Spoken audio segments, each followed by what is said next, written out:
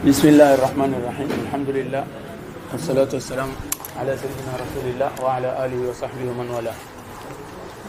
نهاية التعلم والتعليم والتذكر والتذكير والنفع والانتفاع والإفادة والاستفادة حتى على التمسك بكتاب الله وسنة رسوله والدعاء إلى الهدى والدلالة على الخير ابتغاء وجه الله قربه وثوابه سبحانه وتعالى.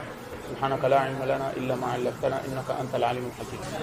اللهم أخرجنا من ظلمات الوهم وأكرمنا بنور الفهم وافتح علينا بمعرفة العلم وزين أخلاقنا بالحلم واجعلنا ممن يستمعون القول فيتبعون أحسنه. أما بعد. Baada ya kushukuru Mwenyezi Mungu na kumtakia rehema na amani kipenzi chetu Bwana Mtume sallallahu alaihi wa alihi wasallam. ما أدري كيف نقول. نستمر في دروسنا لأدلة أهل السنة والجماعة. سيو. نعم. Sisi mwisho tulizungumzia kuhusu albasmala, sio?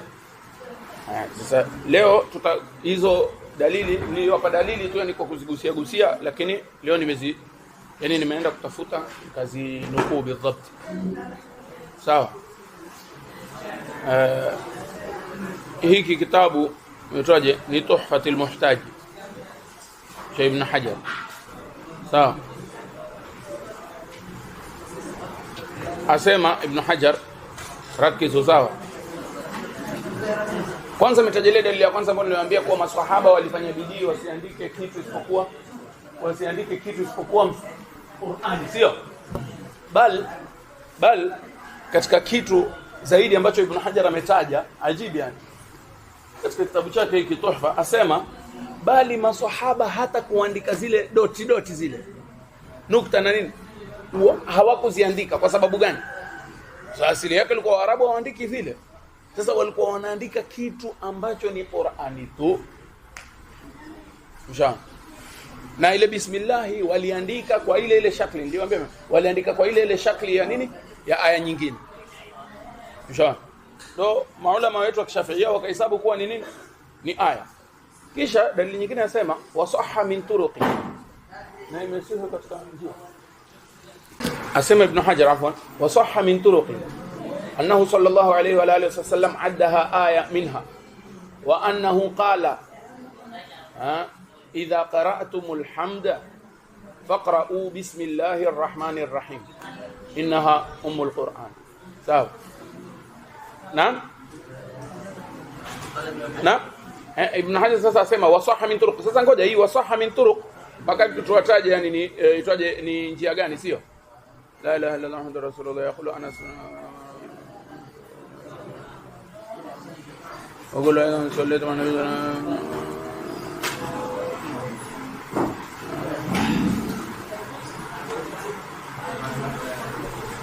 هايا صح عن أنس يمسيه kutoka سيدنا أنس أسمع الإمام الدارقطني أنه كان يجهر بالبسملة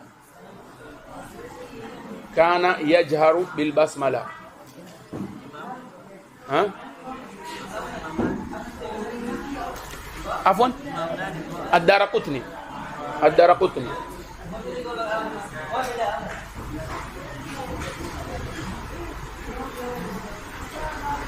kana yajharu bil basmala. Sayyidina Anas pia katika riwaya nyingine Sayyidina Anas aliswali, sawa,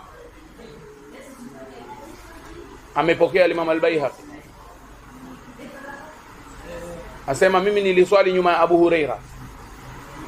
Ama Imam al-Baihaqi apokea kutoka kwa mmoja wa tabi'ina huwa aliswali nyuma ya Abu Huraira, asema faqara bismillahir rahmanir rahim, akasoma bismillahir rahmanir rahim, wa yaqulu, kisha yeye Sayyidina Abu Huraira akasema walladhi nafsi biyadihi inni la ashbahukum salatan bi rasulillahi sallallahu alayhi wasallam. Na ile iliyopokelewa na Anas ni kuwa, ngoja nirudie, asema hapa Imam ad-Daraqutni sahha an Anas kama qala ad-Daraqutni annahu kana yajharu bil basmala. Qala ad-Daraqutni innahu alikuwa yeye akijihirisha kwa nini? Kwa bismillah.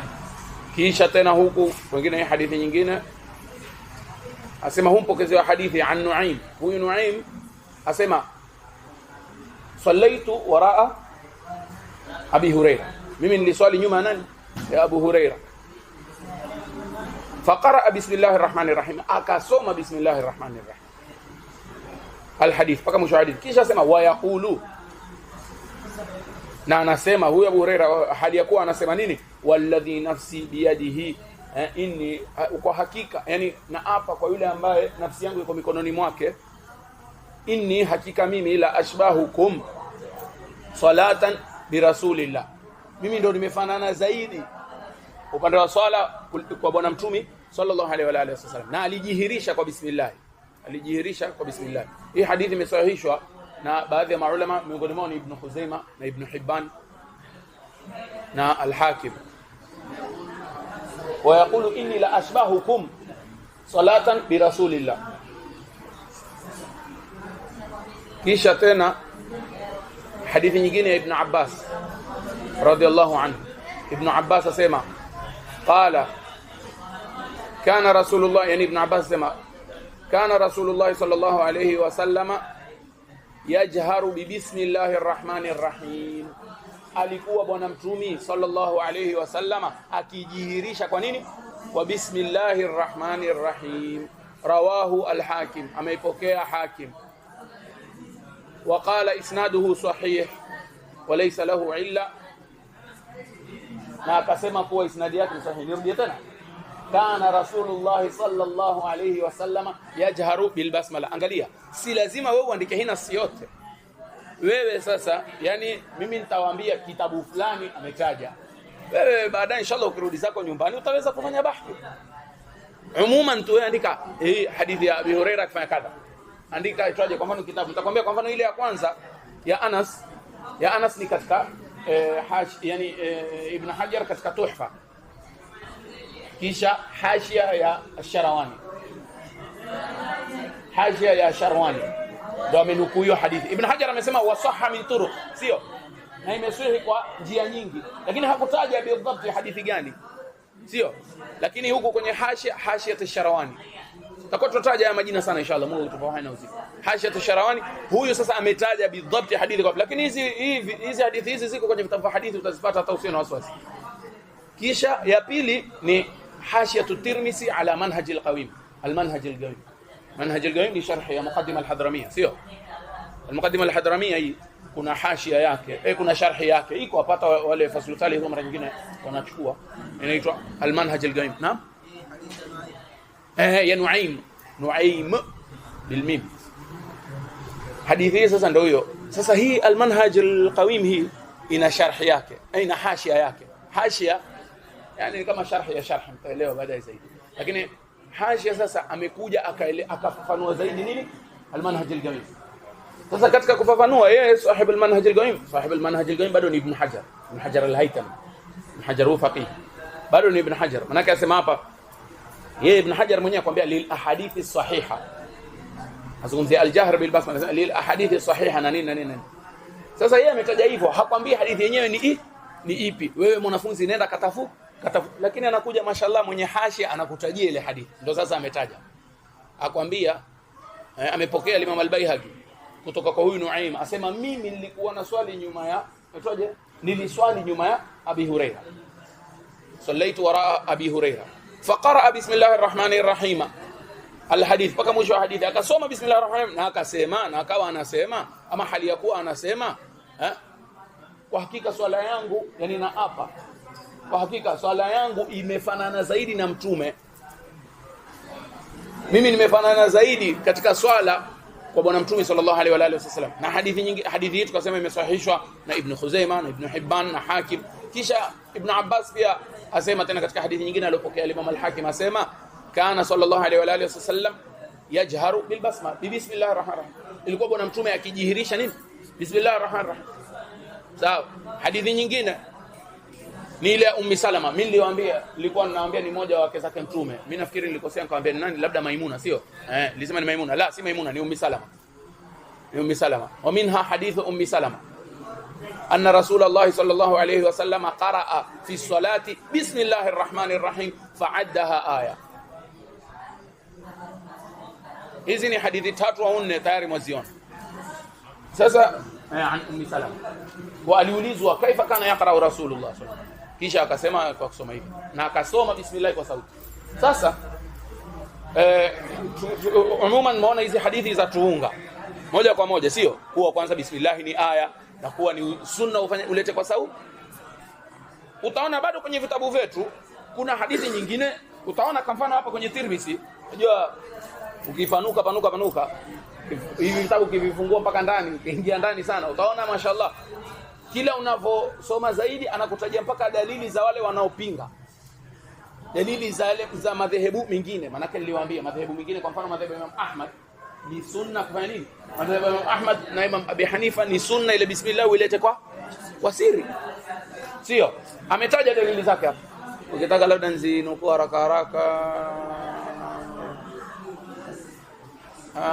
hapa sizioni dalili zake, iko kwenye ile peji nyingine, lakini dalili zake mwenye Hashiyat at-Tirmidhi amezitaja, na ametaja karibu hadithi 3-4. Sasa tutafanya nini? Hapa kuna kaida ya kifikihi, kaida ya kiusuli, kuna kaida ya kiusuli. Maana hizo hadithi zaonyesha, kama sijakosea, mmoja wa maswahaba asema mimi nimeswali nyuma ya bwana mtume, na nikaswali nyuma ya Saidina Abubakar, nikaswali nyuma ya Saidina Umar, na sikuwasikia isipokuwa wamefanya nini?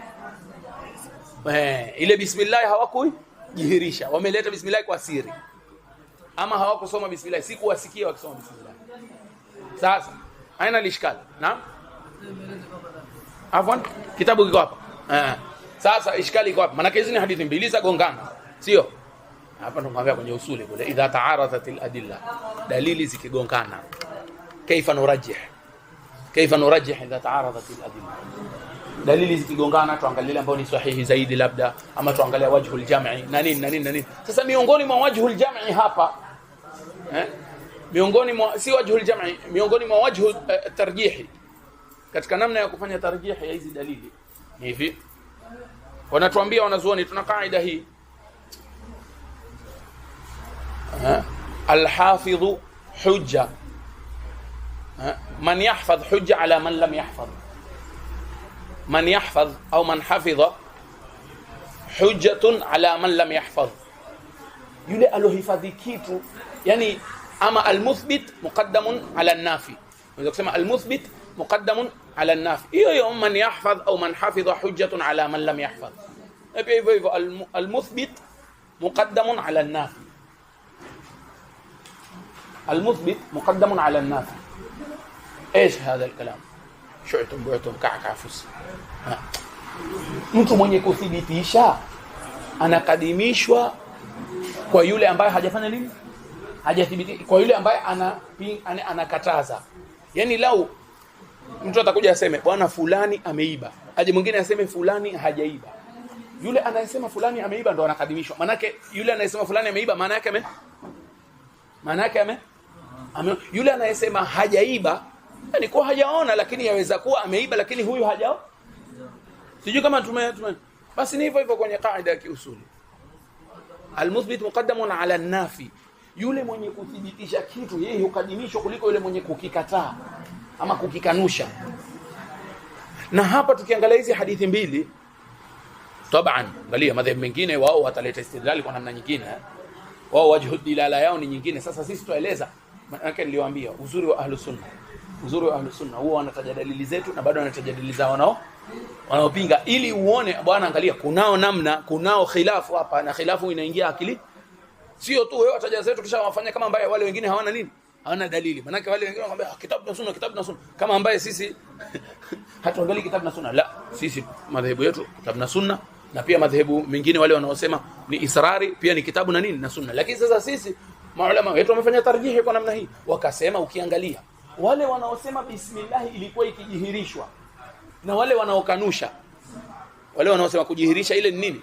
Ile ni ithbat, sio ile ni ithbat, hum athbatu, sio wale wanathibitisha kitu wanasema kuwa mtume alikuwa akifanya hivi sallallahu alaihi wa alihi wasallam, na wale wanaosema alikuwa hafanyi wanakanusha. Basi inawezekana kuwa wale wanaokanusha hawakusikia au fa almuthbit muqaddam, yule ambaye anathibitisha ndo anafanya nini? Anakadimishwa. Tumeelewa? Ndio kawa sasa sisi kwa madhehebu yetu bismillah ni sunna itolewe kwa sauti. Lakini kama tulivyotanguliza, hii ni khilafu ya madhehebu na haifai kuwa vita. Ni khilafu baina ya madhehebu manne, haifai kuwa nini? Haifai kuwa vita. Tumeelewa? Hiyo ni masala bismillah. Naam. Ya kwanza ile man hafidha, yule alohifadhi kitu yeye ndo ana hoja kuliko yule ambaye hajahifadhi. Lau wakaja watu wawili kaulizwa bwana mtume, mfano yani mfano gani yani maswahaba wawili, huyu asema mtume alikuwa swala ya dhuha simoja, swala ya dhuha sunna. Takriban Sayyidatuna Aisha anasema swala ya dhuha si sunna, lakini mbona takriban maulama wengi sana wanakubaliana kwa swala ya dhuha sunna? Kwa sababu wanasema Sayyidatuna Aisha yeye hakuona, lakini bwana mtume yani maswahaba wengine walifanya nini? Waliona. Sasa yule kuwa hakuona ile si hoja. Hoja ni yule aliona, man hafidha, yule aliohifadhi akaona kwa bwana mtume alikuwa akiswali dhuha, yeye ndo ana hoja. Yule ambaye hajaona, hatusemi kwa sababu hajaona basi mtume hakufa. Tunasema kwa sababu hajaona basi ameshindwa na huyu ambaye ameona. Yule ambaye ameona ana hoja zaidi. Tumeelewa? Man hafidha hujjatun ala man lam yahfadh. Yule aliohifadhi ni hoja, yani yeye ndo ana hoja kuliko yule ambaye hajafanya nini? Hajahifadhi. Sawa? Kwa mambo bismillah. Nini nyingine katika bismillah? Wallahu aalam. Kile ni hivyo. Na baadhi ya mashaikh zetu walikuwa kutuambia, na hili ni jambo la ingia akilini. Mtu ikiwa kweli yatafuta haki, dalili moja yamtosha. Lakini mara nyingi utaona tutataja dalili ya kwanza, dalili ya pili, dalili ya tatu, wajhu dilala na nini na zile dalili. Ili wewe kama hujatosheka na ile ya kwanza, ama mtu ukimweleza hajatosheka na ya kwanza utamtajia ya pili, utamueleza ya pili. Unaona? Lakini kuna watu subhanallah, hata ukamtajia nia hataki kusikia. Bali hataka kukusikiza wewe. Ukimwambia bwana angalia hii ni hadithi bwana mtume, hataka kukusikiza. Manake ashawekwa kwenye fikra. Sijui yani subhanallah, kuna watu wengine hata hawatumia akili. Yani madamu yeye amemjua shekhe fulani mwanzo, basi yule shekhe akimwambia kitu ndo kama mtume amesema. Lakini la basi itakuwa hata yule kafiri ana haki. Manake kafiri yeye shekhe lake la kwanza nani? Yule padre. Yeye amemsikiza yule padre akamwambia bwana Mungu watatu, yeye akashika. Wewe ukaenda ukimwambia, hata ukimpa dalili ya akili atakwambia hakuna. Yani mimi kuna mmoja alikuwa nazungumza naye, si Muislamu lakini alikuwa tufanya yani mazungumzo. Akamwambia, unajua nyinyi dini yenu haingii akilini. Akili hata mtoto mdogo haingii, haiwezekani. Sema kwa nini? Akamwambia, wakumbuka juzi hapa tukipiga ule mfano wa laukana fihi ma, ile ni ngumu sana kumueleza yule jamaa. Mimi mfano mwingine rahisi zaidi. Wao hata katika kitabu yao katika itwaje Bible yani Biblia imeandikwa kuwa wao sasa kwa akili yao kwa itikadi yao kwa Saidina Isa alifanya nini? Alisulubiwa. Na alipokuwa pale amesulubiwa, liyadhu billah yani mambo mengine hata alipokuwa amesulubiwa alilia, akamwambia ewe Mungu, sijui Eloi Mungu sijui umeniwata, sijui mbona umeniwata. Akamwambia Saidina Isa alifanya vile. Sio? Ndio wanakubali. Kwa nini amfanya vile? Na yeye ni Mungu. Asema wajua yeye amekuja ni Mungu na wakati huo ni mwanadamu kamili. Na mwanadamu lazima aonyeshe udhaifu wake na anyenyekee kwa nani? Sema marhaba, haina neno. Yaani yeye sasa ni qudwa kwetu. Wao wanasema sasa Saidina Isa ni qudwa kwetu. Marhaba, haina neno. Sasa pale alipokuwa mwanadamu akalia, ewe Mola mbona umeniacha? Alikuwa yosema kweli? Taban hawezi kudanganya. Hata kwao Saidina Isa hawezi kudanganya. Marhaba alikuwa anasema kweli. Ile ni alama ya nini? Ni alama ya udhaifu. Ni alama ya ukimuuliza yule Mkristo sasa, wakati yeye Saidina Isa alipokuwa mwanadamu hapa ardhini, wakati huo alikuwa ni Mungu? Sema ndio alikuwa Mungu.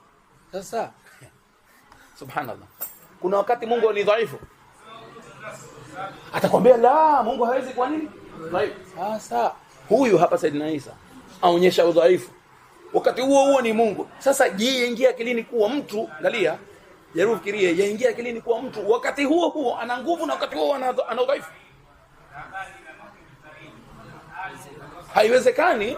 Haiwezekani ikawa wakati huo ana nguvu na wakati huo ana nini? Yani kiakili. Yani hii ni kitu, ile udhaifu ni kinyume cha nini? Cha nguvu. Ukiniambia nina nguvu maana yake mimi sina udhaifu. Ukiniambia mimi ni dhaifu maana yake sina nini? Sasa vipi Saidina Isa awe amesema kweli alipokuwa pale kwenye msalaba? Anaonyesha udhaifu, yeye ni dhaifu. Kisha wakati huo ana nguvu. Msh maagul hadha. Yule akwambia, wajua hiyo ndo nature yake Isa. Kwambia hiyo ndo nature yake Saidina Isa. Yani nature yake, yani hiyo ndo khilqa yake iko hivyo. Wajua nyinyi hamwezi, wajua sisi hatuwezi kufahamu khilqa yake mpaka wewe umeingiwa na Roho Mtakatifu ndio utaelewa khilqa yake. Sasa tuweke akili kando, tupige teke akili kitu ambacho hata mtoto, yani mushmaagul haingie kilini. Yani mimi nije nikwambie, angalia bwana, mimi niko hai ama mimi niko hapa msikitini na wakati huo siko. Mwili wangu uko msikitini na wakati huo hauko. Ni vitu viwili, haiwezekani.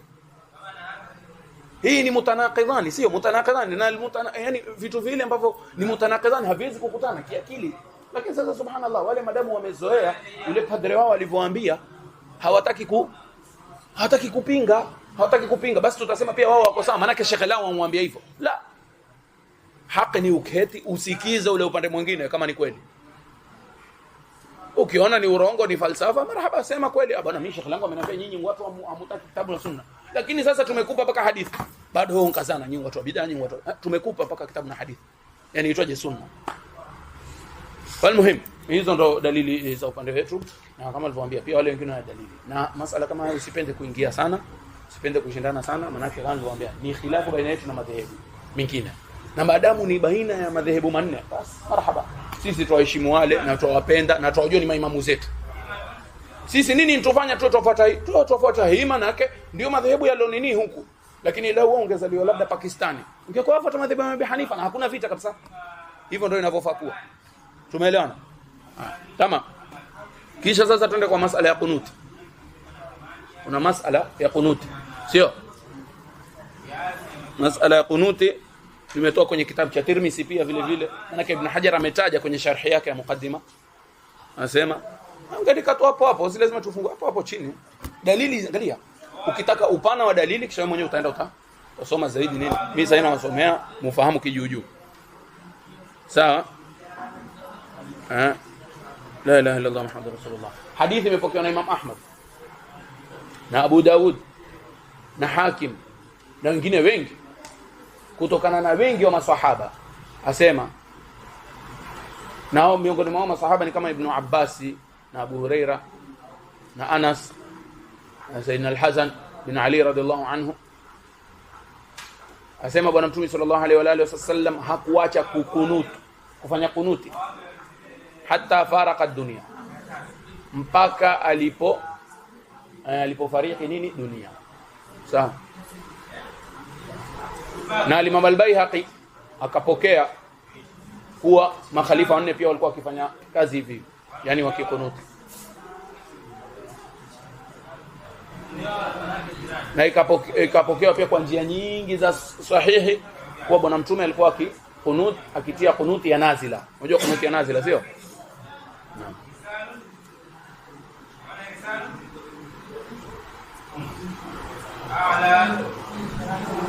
Kisha imekuja kwa sanad hasan ya kwamba Abu Bakar na Umar na Uthman walikuwa wakifanya hiyo kunuti baada ya kurukuu. Wakifanya kunuti baada ya nini? Ya kurukuu. Sasa wewe unaweza kuandika pale, angalia Ahmad, Abu Daud na Hakim na wengine, mazala nabii sallallahu alaihi wasallam yaqnutu hatta faraka ad-dunya. Sasa hii hadithi pia wale wananinia wanaitwaje, wanapinga, yani wana dalili zao. Kwanza kabisa pia hii ni katika khilafu ya madhehebu manne. Masala ya kunuti ni katika khilafu ya madhehebu manne. Kwa hiyo pia si vita. Nini? Si vita. Al-Imam Ahmad kwake hakuna kunuti. Al-Imam Ahmad kwake sunna ni uache nini? Kunuti. Lakini hata ukiitia kunuti haivunji swala. Imam Abi Hanifa pia ni hivyo hivyo. Si kunuti. Si tupige kunuti. Imam Malik ni sunna ufanye kunuti, lakini ni sunna ufanye kunuti kabla ya kurukuu. Kunuti yake ni kabla ya kurukuu. Naam? Imam Malik ukimaliza sura ndo kunuti kisha ndo rukuu. Ndio maana hapa katika hadithi mimi nimetaja ile hadithi ya kuonyesha dalili yetu kwa Saidina Abubakar na Saidina Umar na Saidina Uthman walikuwa wakikunutu baada ya Kwa nini wafikiri mpaka wameongeza ile baada ya kurukuu? Kuonyesha kuwa kuna na wengine wanasema kukunuti kupiga kunuti ni kabla ya. Naam. Sawa. Kwanza tujue ni khilafu baina madhehebu. Kisha tukitaja dalili zetu pia tutagusia na dalili zao tueleze masala fulani. Mafhum? Paka hapa mafhum? Shaandika? Naam. Imam Malik wana kunuti lakini kabla ya kurukuu. Sunna. Naam. Abu Hanifa na Imam Ahmad kwao si sunna kukunuti. Kufanya kunuti. Naam. Ahmad.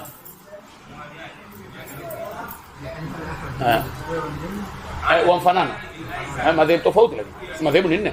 Abu Hanifa, Imam Malik, Imam Shafi'i na Imam Ahmad. Sasa Imam Malik na Imam Shafi'i wana kunut, lakini Imam Shafi'i ni kabla ya kurukuu.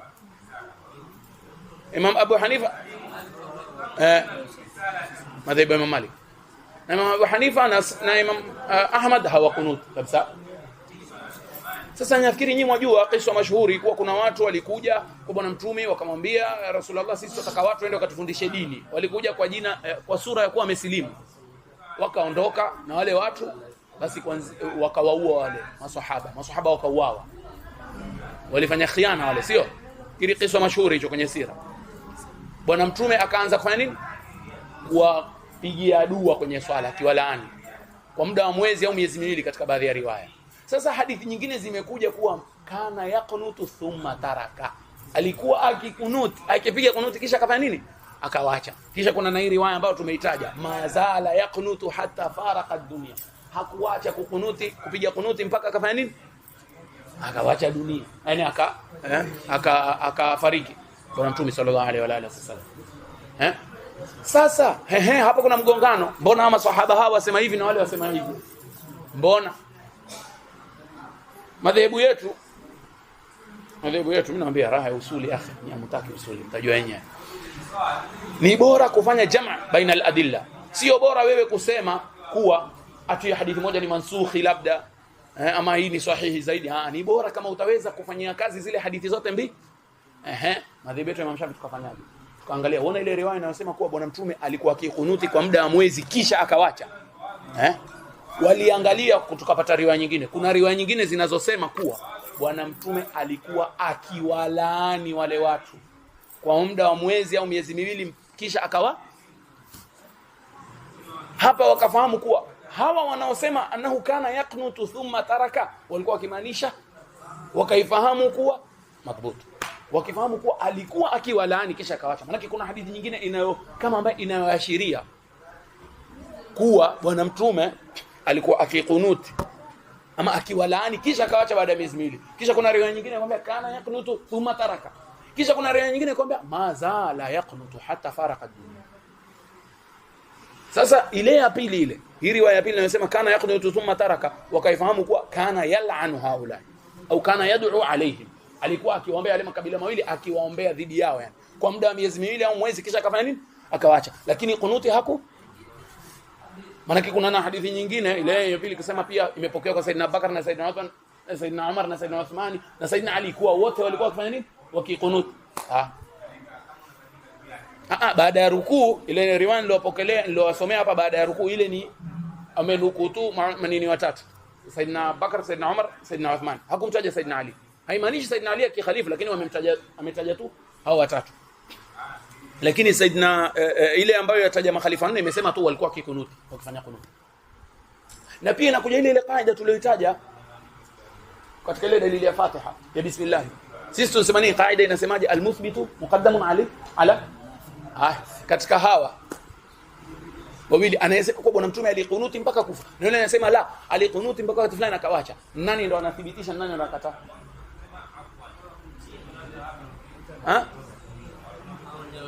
Wanaosema kuwa alikunuti mpaka kufa, manake wale wengine wanasema la, mpaka kufa basi almuthbit muqaddam. Hata tukisema kuwa hatutaki kufanya ta'wili, manake sisi tunasema la, sisi tumefanyia kazi hadithi zote hizi tatu ama riwaya zote hizi tatu. Yule anayesema kuwa alikuwa akikunuti kisha akawacha baada ya miezi miwili, na kuna riwaya inasema alikuwa akiwalaani kwa mwezi au miezi miwili, na kuna riwaya ndio hii inasema kuwa alikuwa akikunuti mpaka akafa. Tutakwambia sisi tumefanyia kazi zote hizi tatu. ile ya kwanza na ya pili. Ile ya kwanza inayosema ati alikuwa akikunuti kwa mwezi, yani pale maana yake si ati akikunuti akipiga dua, ni kuwa akiwaombea wale watu kisha akawacha. Hii kwa nini mumefanya tawili? Kwa nini mleta tafsiri? Tuleta tafsiri maana yake tujumuishe baina hizi hadithi tatu, iwe hakuna hata hadithi moja tumewacha. Basi kwa nini mufanye tawili hivyo? Tumefanya tawili hivyo maana yake kuna hadithi nyingine inaashiria kuwa alikuwa akiwalaani kwa muda wa mwezi au miezi miwili. Kwa hivyo huyo hapa sahaba huyo aliyosema kana yaqnutu thumma taraka, maana yake kana yad'u alaihim fil qunuti thumma. Tumeelewana? Naam. Wana kaida nyingine wanasema i'malu dalilaini aula min ihmalihima au ihmali ahadihima. Kufanyia kazi dalili mbili ni bora. Kufanyia kazi dalili mbili ni bora kuliko kuziwacha zote mbili ama kuacha moja. I'malu dalilaini aula min ihmalihima. Kufanyia kazi dalili mbili ni bora kuliko kuziwacha zote mbili au kuacha moja. Sasa ona hapa sisi tutakwambia afadhali bwana wewe ufanye tawili hivi, itakuwa kama ambaye umefanyia kazi dalili zo aula min ihmalihima au ihmali ahadi. Na paka hapo nafikiri tutakuwa imetosha. Tutaje kwa leo. Leo ni kunuti tu. I'malu dalilaini, kufanyia kazi dalili mbili ama kuzifanyisha kazi dalili mbili, aula ni bora, ni aula min ihmalihima, kuliko kuziwacha zote, au ihmali ahadihima, ama kuacha moja pia. Yani kufanya zote mbili ni bora kuliko kuacha zote mbili ama hata kuacha moja. Sawa? Sasa kesho inshallah tuzungumzieni, yani si kesho, hiyo darasa inayokuja. Masaili yako mingi. Dua baada ya swala ama dua ipi? Dua baada ya swala. Inshallah Mungu akutupa uhai na uzima, tutaangalia masala ya dua baada ya swala. Sallallahu ala sayyidina Muhammad an-nabiyil ummi wa ala alihi wa sahbihi wasallam. Alhamdulillah awwalan wa akhiran.